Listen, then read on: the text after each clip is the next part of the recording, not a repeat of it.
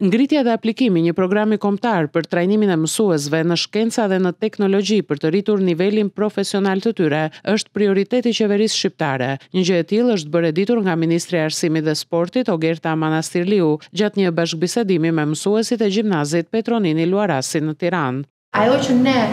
po vlerësojmë dhe që kemi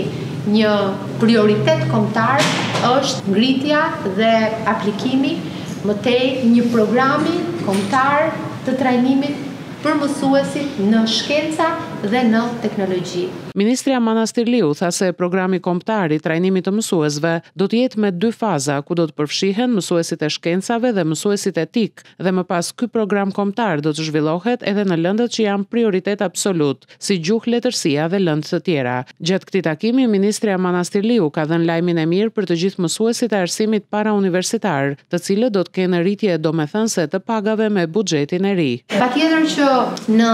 këtë proces dialogimi të flasi për arsimin, një ndër pikat e diskutimit dhe që unë dua që ta përmend edhe këtu është pikërisht mbështetja që